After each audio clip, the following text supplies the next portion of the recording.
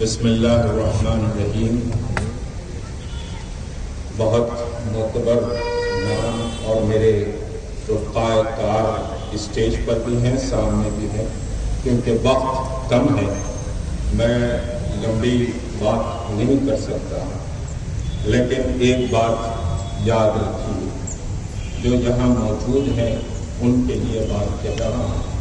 شیروں کی طرح جن سے ڈکارا نہیں جاتا، شیروں کی طرح جن سے ڈکارا نہیں جاتا، عزت کی طرف ان کو پکارا نہیں جاتا، عزت کی طرف ان کو پکارا نہیں جاتا۔ میں خانہ اکرام میں دنیا پینے نہیں دیتی، میں خانہ اکرام میں دنیا پینے نہیں دے گی، کسی نامرد کو دنیا جینے نہیں دے گی۔ کسی اور نعرے ایسا پھسپھسے انداز سے لگا رہے ہیں، اور جو آئے یہاں بلا شبہ بھارتیہ جنتا پارٹی اور RSS کی فرقہ پرستی کے مقابلے کے لیے آئے، تو اتنے کمزور طریقے سے بات کرے تو کیسے سمجھیے نعرہ؟ خود سیکریٹریٹ مساجد پر مفتی ابرار صاحب نے نعرہ لگوایا، ایسا دکھا کہ وہ گھر میں خواتین بھی نہیں لگاتے مساجد۔ نعرہ تکبیر، نعرہ تکبیر۔ تو پھر ہم آگے کیا کرنا ہے وہ ضرور کریں گے۔ آپ کو یہ بات منظور ہے؟ ہاتھ اٹھا کر اعلان کریں۔ سیکریٹریٹ مساجد کی تعمیر اسمبلی سیشن کے فوری بعد شروع ہو جانی چاہیے، کیونکہ حکومت نے کئی بار تماشے کیے، حکومت نے کئی بار سمجھے باتیں کی ہیں۔ کل بھی ایک پریس کانفرنس میرے سامنے میرے احباب بتائے، چیف منسٹر نے وعدہ کیا۔ میں ایک سوال کروں گا، پھر بھارتیہ جنتا پارٹی پر اور پھر حیدرآباد دکن کی تہذیب پر آؤں گا۔ ایک بات آپ مجھے بتائیے کہ علماء کا ایک وفد کب گیا؟ علماء کا ایک وفد کوئی 65 ڈیز کے بعد چیف منسٹر سے ملنے گیا۔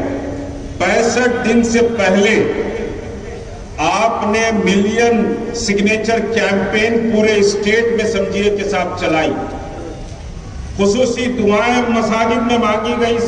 سمجھیے کہ حالات سے واقف ہو، کوئی سیاسی کیمپین چلانے کے لیے فیض آباد نہیں گیا۔ فیض آباد کی مسجد ٹاٹ شاہ سے میں نے گرفتاری دی ہے، میں جانتا ہوں۔ تو جب مترا کی مسجد غیر قانونی، جب وارانسی کی مسجد غیر قانونی، تو پھر چار مینار کی مندر قانونی کیسے ہوگی؟ ذرا سوال بتائیے مجھے۔ یہ سوال یہاں کی اسمبلی میں اٹھے، خلوت میدان کے اس مقام سے میں کہہ رہا ہوں کہ یہ سوال اسمبلی میں اٹھے کہ چار مینار کی مندر قانونی یا غیر قانونی۔ آپ تسلیم کر لیں غیر قانونی، پھر پوجا کر لیں، مجھے کوئی اعتراض نہیں، مگر آن ریکارڈ آپ یہ بات لائیں کہ یہ انلیگل مندر ہے اور اس کو ایک مرکز بنانے کی کوشش کی جا رہی۔ فلم ایکٹر آ رہے، ڈولے لال آ رہے پیٹ ہلا لیتے ہوئے، ہوم منسٹر ہاں وہاں سے آ کے سمجھیے کہ صاحب حیدرآباد میں کیمپنگ شروع کر رہے ہیں۔ تو ایک مرکزی سمجھیے کہ حیثیت اس مندر کو دینے کی کوشش کی جا رہی ہے۔ آپ ضرور 100 مندر بنا کے مرکزی حیثیت دیجیے، لیکن آپ ہماری تہذیب اور تمدن کو چیلنج مت کریں، آپ ہم کو مت چھیڑیں۔ آپ امن و سکون سے رہیے، ہم بھی امن و سکون سے رہیں گے، لیکن آپ چھیڑیں گے تو پھر ہم چھوڑیں گے۔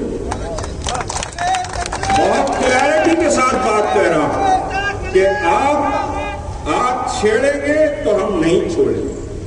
یہ عزم کے ساتھ زندگی گزاری، اس حوصلے کے ساتھ زندگی گزاری۔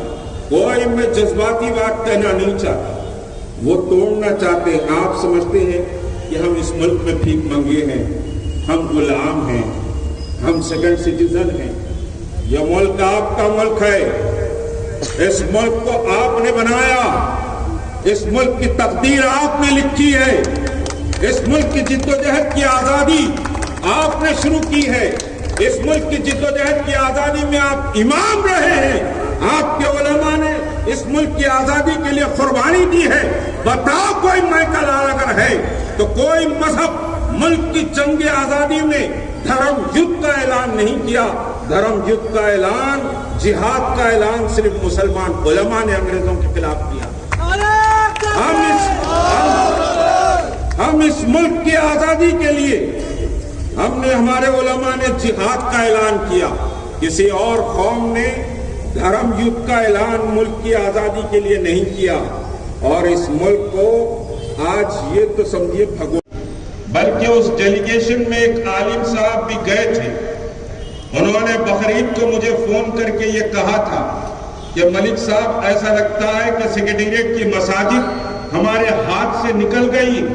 ہم کچھ نہیں کر سکتے کیونکہ کووڈ بھی چل رہا ہے اور دوسری طرف ظالموں نے مسجد کو شہید کر دیا ہے.